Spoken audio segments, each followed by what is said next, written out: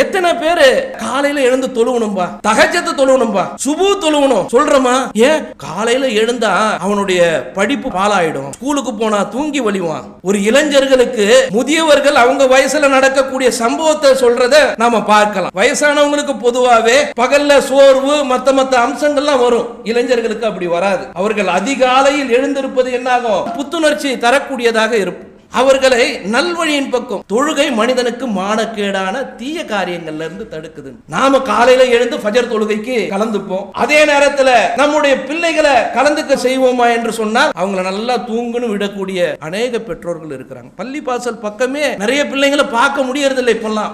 ஒரு இளமை பருவம் என்பது அவனை பல்வேறு பாதையில் திருப்பக்கூடியது. அந்த இளைஞன் எப்படி இருக்கணும்னா அல்லாஹ்வை வணங்குவதிலேயே உள்ளத்தை இணைத்து கொண்டான் என்று சொன்னால் அவனுக்கு இங்க இருக்கிற வெயில்ல நின்னாலும் பிரச்சனை இல்ல, மறுமையில அல்லாஹ்வுடைய அரசுடைய நிழலே அவனுக்கு கிடைச்சிடும். எவ்வளவு பெரிய அற்புதமான செய்தியை பாருங்க.